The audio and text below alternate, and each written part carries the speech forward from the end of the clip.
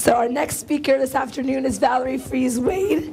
She's a highly successful association executive with more than 10 years of experience.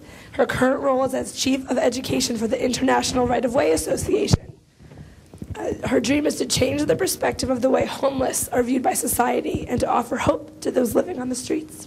Valerie, it's all yours. Thank you.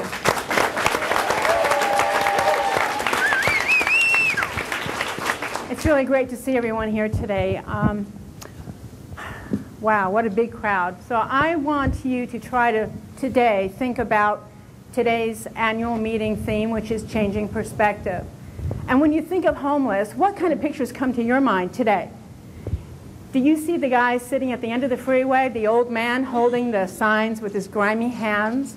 Do you think of them as being bums that are worthless, that are there because they choose to be there? Is that the kind of thought that you think? If you look at the statistics, in Portland, Oregon, 88% of those on the streets are under the age of 20, and 45% are females. That's a lot different than the stereotype. How do these kids get there? Did they just choose to live in the streets? Not really. Most of them come from dysfunction, some time out of the foster care, sexual abuse, physical abuse. It's not really a lifestyle that they chose. I'm going to tell you a story today about one such child. She came from innocence, born in the 50s. The home looked like a normal home from the outside. Daddy was a fireman, and her mommy was a nurse. They really loved each other, but they did not know how to raise a child. She grew up feeling very alone and very neglected and in search of love. When a child lives in a home in search of love, they do things that they shouldn't. They act out. Because of that neglect, she went into the neighborhoods, went into the wrong crowds, was brought into a world of predators, which is not good. But home was not as safe as it should have been, so she escaped. 60s, come join the family. Hippies, come on, be one of us. We will love you. We will be your new family. She chose to run away at 14 and live in the streets with the hippies, and it was great. Music, camaraderie, protest. Everyone embraced her, and she embraced the life. At 15 years old, the state of New York said, no, you can't do that. We are going to pull you in, and we're going to teach you how to live. Put her in reform school, where she spent 9 months, spent her 16th birthday there. They released her, but as you know, rehabilitation does not really work, so she ended up back in the streets. 2 years later, there she is in the streets of Berkeley. That's me at 18, living in the streets, doing what I could to survive. The life that I led at that time was documented in a book by Richard Misrach called Telegraph 3 a.m.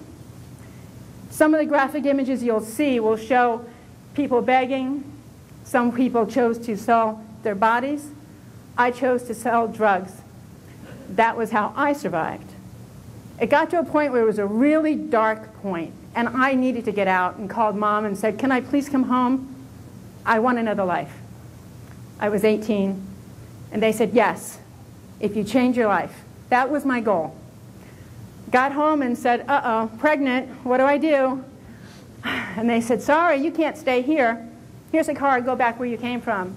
So drove to California, but unfortunately, not having any skills, not having any education, I fell back into the world of selling drugs, but this time it was a really dark drug called cocaine. Dark people, these are actual people up in the corner there that were in the streets, and it was a scary place to be when you're pregnant. The day that changed my life was the day the drug deal went bad. The bad guys kicked in the doors, had masks on their faces, and they had shotguns and wanted the money and the drugs. They pointed the guns at the pregnant girl who was me. I said, that's it, I'm getting out of here. I found the phone number of a man I met hitchhiking, Ladine Garrison, and he said, I want to help you. He was a preacher, and he opened his heart, he opened his home, and he transitioned me off the streets with his hand up. I was able to give birth to a beautiful child who is now giving me 5 grandbabies. Was able to leave the streets. I left San Francisco, went to Southern California, where I became educated, had a family, raised a family, got a job, got a career, and lived a life worth living. So my challenge to you is when you look at the homeless in the streets, to think of not only where they are, but where they've been and what potential they may have. They may be our next association executive. If you need some more information, please come see me. World Homeless Action Day is in October, and I have a list on how you can help. Thank you.